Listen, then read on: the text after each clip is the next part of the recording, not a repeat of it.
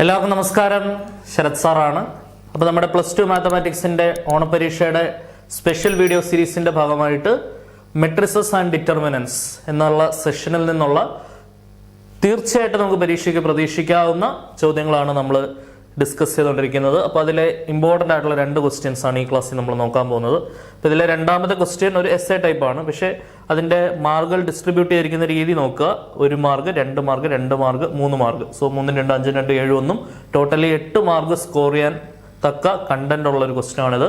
അപ്പോൾ ഇത് സ്ഥിരമായിട്ട് നമുക്ക് ചോദിക്കുന്ന ക്വസ്റ്റ്യൻ ആണ്, ഉറപ്പിക്കാവുന്ന ക്വസ്റ്റ്യൻ ആണ്, 100% നമുക്ക് ഉറപ്പിക്കാവുന്ന ക്വസ്റ്റ്യൻ ആണ്. രണ്ടാമത്തെ ചോദ്യം. ആദ്യത്തെ ചോദ്യം നോക്കിക്കോളൂ. ഒരു ഷോർട്ട് ക്വസ്റ്റ്യൻ ആണ്, 1 മാർക്കിന്റെ ചോദ്യമാണ്. If A is A square matrix of order 3, A എന്ന് പറയുന്ന ഒരു സ്ക്വയർ മെട്രിക്സ് ആണ്, അതിന്റെ ഓർഡർ എന്ന് പറയുന്നത് 3 ആണ്. ഡിറ്റർമിന്റ് ഓഫ് എ എന്ന് പറയുന്നത് -5 ആണ്. അങ്ങനെയാണെങ്കിൽ determinant of adjoint of A എന്താണ് എന്നാണ് ചോദ്യം. ഓക്കെ, നോക്കാം. ഇപ്പൊ determinant of adjoint of A നിങ്ങൾ പഠിക്കുന്നുണ്ട്. Determinant of adjoint of A is equal to determinant of A raise to n-1. So this where n is the order of the matrix. n is the order of the matrix. So determinant of adjoint of a എന്ന് പറയുന്നത് എന്താണ്? Determinant of a raised to n-1 ആണ്. Clear ആണല്ലോ? So അത് പ്രകാരം നമുക്ക് കണ്ടുപിടിക്കേണ്ടത് determinant of adjoint of a ആണ്. So this is equal to determinant of a raised to n എന്ന് പറയുന്നത് ഓർഡർ ആണ്. ഓർഡർ ഇവിടെ 3 ആണ് അല്ലേ? ഇപ്പൊ 3 - 1 ഡിറ്റർമിന്റ് എയുടെ സ്ക്വയർ ആണ് അല്ലെ? ഡിറ്റർമിന്റ് ഓഫ് എ നമുക്ക് പ്രൊവൈഡ് ചെയ്തിട്ടുണ്ട്, -5 ആണ്. അപ്പോൾ -5ന്റെ സ്ക്വയർ 25 ആണ് ആൻസർ വരിക. ക്ലിയർ ആണെന്ന് വിചാരിക്കുന്നു. അപ്പോൾ നമ്മുടെ റിക്വയർഡ് ആയിട്ടുള്ള സൊല്യൂഷൻ എത്രയാണ്? 25 ആണ് നമ്മുടെ ഉത്തരം. ഓക്കെ അല്ലേ? സോ അടുത്ത ക്വസ്റ്റ്യൻ നോക്കാം നമുക്ക്. എ ഈസ് ഈക്വൽ ടു ഒരു മെട്രിക്സ് അവർ പ്രൊവൈഡ് ചെയ്തിട്ടുണ്ട്. 1 1 1 2 - 1 1 1 - 2 3 ഒരു മെട്രിക്സ് അവർ പ്രൊവൈഡ് ചെയ്തിട്ടുണ്ട്. ആദ്യത്തെ പാർട്ടിൽ അവർ ചോദിക്കുന്നത് തന്നിരിക്കുന്ന മെട്രിക്സ് എ എന്ന് പറയുന്ന മെട്രിക്സ് ഒരു സിംഗുലർ മെട്രിക്സ് ആണോ എന്നാണ് അവർ ഫസ്റ്റ് പാർട്ടി ചോദിക്കുന്നത്. സിംഗുലർ മെട്രിക്സ് എന്ന് പറഞ്ഞാൽ എന്താണ്? Singular matrix if determinant of A is equal to 0, ഒരു മെട്രിക്സിന്റെ ഡിറ്റർമിന്റ് എന്ന് പറയുന്നത് 0 ആണെങ്കിൽ ദെൻ എ ഈസ് കോൾഡ് എന്തെന്ന് പറയാം നമുക്ക്? സിംഗുലർ എന്ന് പറയാം. ഒരു മെട്രിക്സിന്റെ ഡിറ്റർമിന്റ് 0 ആണെങ്കിൽ ആ മെട്രിക്സിനെ നമ്മൾ വിളിക്കുന്ന പേരാണ് എന്ത്? Singular matrix. If determinant of a matrix is 0, that matrix is called എന്താണ്? Singular matrix. ഒരു മെട്രിക്സിന്റെ ഡിറ്റർമിന്റ് 0 ആണെങ്കിൽ ആ മെട്രിക്സിനെ നമുക്ക് ഏത് പേരിട്ട് വിളിക്കാം? സിംഗുലർ മെട്രിക്സ് എന്നുള്ള പേരിട്ട് വിളിക്കാം. ഓക്കെ, അപ്പൊ സിംഗുലർ ആണോ എന്നാണ് ചോദ്യം. അപ്പൊ ഡിറ്റർമിന്റ് ഓഫ് എ കണ്ടുപിടിച്ച് നോക്കുക. അത് 0 ആണെങ്കിൽ സിംഗുലർ ആണ്, 0 അല്ലെങ്കിൽ സിംഗുലർ അല്ല. ഓക്കെ, അപ്പൊ ഡിറ്റർമിന്റ് ഓഫ് എ ഞാൻ ഇവാലുവേറ്റ് ചെയ്യണേ. ഡിറ്റർമിന്റ് ഓഫ് എ എന്ന് പറയുമ്പോൾ എന്ത് വരും? 1 × -3 + 2 - 1 × 1 ഉള്ള റോയും കോളും എലിമിനേറ്റ് ചെയ്യുന്നു. 6 - 1 + 1 × -4 + 1. ഡിറ്റർമിന്റ് ഇവാലുവേഷൻ എല്ലാവർക്കും അറിയാൻ സംഗതിയാണ്. സോ -3 + 2 എന്ന് പറഞ്ഞാൽ -1, 6 - 1 എന്ന് പറഞ്ഞാൽ 5 ആണ്. അപ്പം -5 വരും. -4 + 1 എന്ന് പറഞ്ഞാൽ -3. അപ്പം -6 - 3 -9 ആണ് നമുക്ക് എന്ത് കിട്ടുക? ഡിറ്റർമിന്റ് ഓഫ് എ കിട്ടുക. അതെന്താണ്? നോട്ട് ഈക്വൽ ടു 0 ആണ്. ശരിയാണല്ലോ? -9 എന്ന് പറയുന്നത് നോട്ട് ഈക്വൽ ടു 0 ആണ്. അപ്പൊ ഡിറ്റർമിന്റ് നോട്ട് ഈക്വൽ ടു 0 ആയതുകൊണ്ട് തന്നെ ഒരു കാര്യം നമുക്ക് ഉറപ്പിച്ചു പറയാം. എന്താണ്? തന്നിട്ടുള്ള എ എന്ന് പറയുന്ന മെട്രിക്സ് ഒരു സിംഗുലർ മെട്രിക്സ് അല്ല എന്ന് പറയാം. ശരിയല്ലേ? therefore A is A non singular matrix. A എന്ന് പറഞ്ഞാൽ അങ്ങനെയുള്ള മെട്രിക്സ് ആണ്, ഒരു നോൺ സിംഗുലർ ആയിട്ടുള്ള മെട്രിക്സ് ആണ്. സിംഗുലർ ആയിട്ടുള്ള മെട്രിക്സ് അല്ല, നോൺ സിംഗുലർ ആയിട്ടുള്ള മെട്രിക്സ് ആണെന്ന് നമുക്ക് പറയാനായിട്ട് സാധിക്കും. ഓക്കെ ആണെന്ന് വിചാരിക്കുന്നു. ഫസ്റ്റ് പാർട്ട് ക്ലിയർ അല്ലേ? നമുക്ക് അടുത്ത പാർട്ട് നോക്കാം. സോ ക്വസ്റ്റിന്റെ രണ്ടാമത്തെ ഭാഗത്ത് നമ്മൾ ആവശ്യപ്പെടുന്നത് അഡ്ജോയിന്റ് ഓഫ് എ കണ്ടുപിടിക്കാനാണ് അല്ലെ? അഡ്ജോയിന്റ് ഓഫ് എ കണ്ടുപിടിക്കാനാണ്. ഡിറ്റർമിന്റ് ഓഫ് ഓൾറെഡി നമുക്ക് -9 കിട്ടിയിട്ടുണ്ട്. അഡ്ജോയിന്റ് ഓഫ് എ എങ്ങനെയാണ് കണ്ടുപിടിക്കുക? അഡ്ജോയിന്റ് കണ്ടുപിടിക്കണമെങ്കിൽ നമ്മൾ ശ്രദ്ധിക്കേണ്ടത് ആദ്യമേ നമുക്ക് പ്രൊവൈഡ് ചെയ്തിട്ടുള്ള മെട്രിക്സ്, ശരിക്കും അഡ്ജോയിന്റ് കണ്ടുപിടിക്കുന്ന രീതി ഓരോ എലമെന്റ്സിന്റെയും കോഫാക്ടർ കണ്ടുപിടിച്ച് കോഫാക്ടർ മെട്രിക്സ് എഴുതി കോഫാക്ടർ മെട്രിക്സിന്റെ ട്രാൻസ്പോസ് എടുത്ത് അഡ്ജോയിന്റ് എടുക്കുക എന്നുള്ളതാണ് അതിന്റെ ശരിയായ രീതി. പക്ഷേ എക്സാമിനേഷന് 2 മാർക്കിന് അത് വളരെ ലെങ്തി ആയിട്ടുള്ള സ്റ്റെപ്പാണ്. അപ്പോൾ അതുകൊണ്ട് തന്നെ അവരുദ്ദേശിക്കുന്നത് ഒരു പെട്ടെന്നുള്ള മെത്തേഡിൽ കൂടെ ചെയ്യാന്നുള്ളതാണ്. സ്കൂളുകളിലും ഇപ്പോൾ ലേറ്റസ്റ്റ് ആയിട്ട് ഇത് തന്നെയാണ് പഠിപ്പിക്കുന്നത്.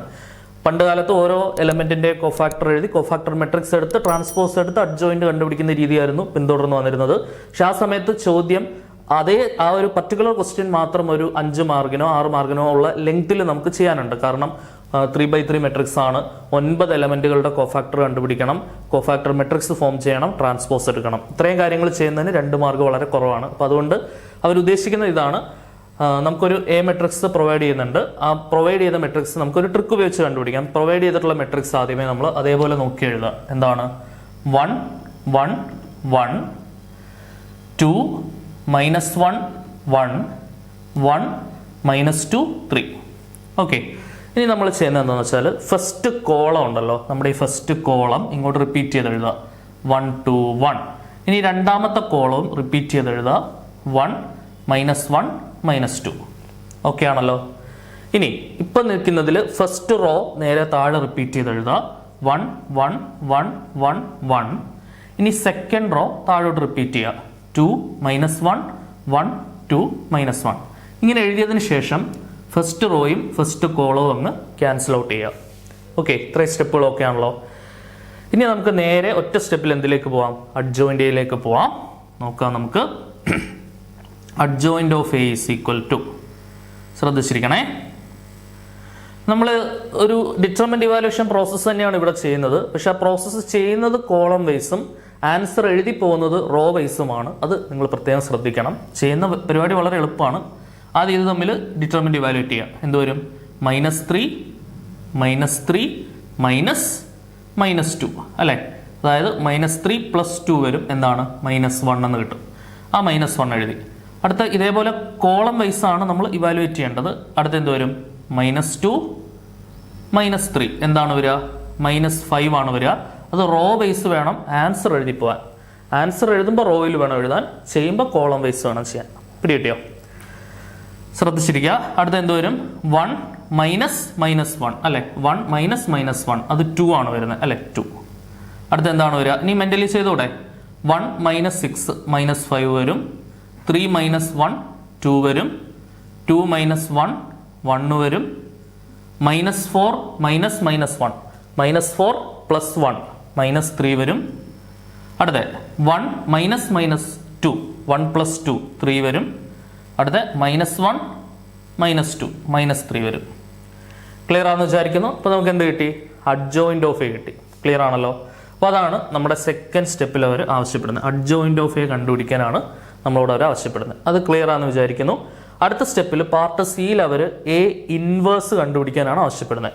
എ ഇൻവേഴ്സ് 2 മാർക്ക് വളരെ നിഷ്പ്രയാസം, ഒരു ബുദ്ധിമുട്ടും ഇല്ലാതെ നമുക്ക് 2 മാർക്ക് കിട്ടും. കാരണം എ ഇൻവേഴ്സ് കണ്ടുപിടിക്കുന്നത് എങ്ങനെയാണ്? എ ഇൻവേഴ്സ് എന്ന് പറയുന്നത് adjoint of A divided by determinant of A ആണ് A ഇൻവേഴ്സ് എന്ന് പറയുന്നത്. ശരിയല്ലേ? അപ്പോൾ അതിൽ adjoint of A ഓൾറെഡി നമ്മുടെ കൈവശമുണ്ട്, ഡിറ്റർമിനന്റ് ഓഫ് എയും നമ്മുടെ കൈവശമുണ്ട്. അതങ്ങോട്ട് സബ്സ്റ്റിറ്റ്യൂട്ട് ചെയ്ത് കൊടുത്താൽ മതി. സോ ഇതിനെ ഞാനൊന്ന് റീഅറേഞ്ച് ചെയ്ത് എഴുതാണ്. 1 determinant of A into adjoint of A എന്ന് കൊടുക്കാം. ശരിയാണല്ലോ. ഇനി ആ ഡിറ്റർമിനന്റ് ഓഫ് എയുടെ പ്ലേസിൽ -9 കൊടുക്കുക. അഡ്ജോയിന്റ് ഓഫ് എയുടെ പ്ലേസിൽ ഈ കാണുന്ന മെട്രിക്സ് നമ്മൾ എന്ത് ചെയ്യുക? സബ്സ്റ്റിറ്റ്യൂട്ട് ചെയ്ത് കൊടുക്കുക. ഓക്കെ, അപ്പോൾ ഞാൻ അതിൻ്റെ ആൻസർ ഇങ്ങോട്ട് എഴുതുന്നുണ്ടേ.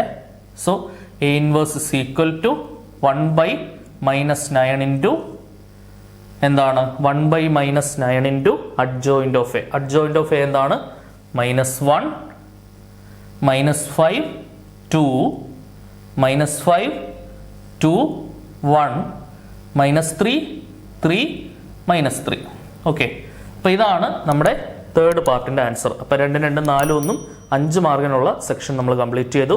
ഇനി നമുക്കൊരു system of linear equation solve ചെയ്യാനായിട്ട് അവർ പറയുന്നുണ്ട്. ആ സിസ്റ്റം ഓഫ് ലീനിയർ ഇക്വേഷൻ ഒരു പ്രത്യേകതയുണ്ട്. ഒന്ന് സസൂക്ഷ്മം പരിശോധിക്കുകയാണെങ്കിൽ വളരെ നിഷ്പ്രയാസം നമുക്കത് ഐഡന്റിഫൈ ചെയ്യാൻ പറ്റും. എങ്ങനെയാണ്? ഇവിടെ നോക്കി, എക്സിൻ്റെ വൈയുടെ ഇസഡിൻ്റെയും കോയിഫിഷ്യൻറ്റ് 1 1 1 ആണ്. ഇവിടെ 1 1 1 ആണ്. ഇവിടെ എക്സിൻ്റെ കോയിഫിഷ്യൻറ്റ് 2, വൈയുടേത് -1, ഇസഡിൻ്റെത് 1, 2 -1 1. ഇവിടെ എക്സിൻ്റെത് 1, വൈയുടേത് -2, ഇസഡിൻ്റെ 3, 1 -2 3. കണ്ടോ? ഇപ്പോൾ ഈ കാണുന്ന മെട്രിക്സ് എന്ന് പറയുന്നത് ഈ കാണുന്ന സിസ്റ്റം ഓഫ് ലീനിയർ ഇക്വേഷൻ്റെ കോയിഫിഷ്യൻ മെട്രിക്സ് ആണ്. കോയിഫിഷ്യൻ മെട്രിക്സ് നമ്മുടെ കയ്യിലുണ്ടെങ്കിൽ കോൺസ്റ്റന്റ് മെട്രിക്സ് RHS കോൺസ്റ്റന്റുകൾ ഉപയോഗിച്ച് കോളം മെട്രിക്സ് 6 3 6 അതൊരു കോളം മെട്രിക്സ്, അത് ബി എന്നുള്ള പേരിലാണ് നമ്മൾ വിളിക്കുന്നത്. അപ്പോൾ അത് നമ്മുടെ കയ്യിലുണ്ട്. കോയിഫിഷ്യൻ മെട്രിക്സും കയ്യിലുണ്ടെങ്കിൽ system of linear equation x equal to A inverse B ഉപയോഗിച്ച് സോൾവ് ചെയ്യാം. ശരിയല്ലേ? വളരെ ഇമ്പോർട്ടൻ്റ് ആണ്, സ്ഥിരമായിട്ട് ചോദിക്കുന്നതാണ്. അപ്പോൾ നമുക്ക് ഓപ്ഷൻ ഡി, പാർട്ട് ഡിയുടെ സൊല്യൂഷൻ നോക്കാം. സോ അപ്പോൾ പാർട്ട് ഡിയിൽ ഈ കാണുന്ന system of linear equation solve ചെയ്യണമെങ്കിൽ നമ്മൾ ഏത് ഇക്വേഷൻ ഉപയോഗിച്ചാൽ മതി? X is equal to A inverse B എന്നുള്ള ഇക്വേഷൻ ഉപയോഗിച്ചാൽ മതി. അതിനകത്ത് ബി എന്ന് പറയുന്നത് ഒരു കോളം മെട്രിക്സ് ആണ്. ആ കോളം മെട്രിക്സ് എന്ന് പറയുന്ന സിസ്റ്റം ഓഫ് ലീനിയർ ഇക്വേഷന്റെ റൈറ്റ് ഹാൻഡ് സൈഡിലുള്ള കോൺസ്റ്റന്റുകൾ 6, 3, 6 ഇത് മൂന്നും കോളമായിട്ട് എഴുതുന്ന മെട്രിക്സ് ആണ് ബി എന്ന് പറയുന്നത്.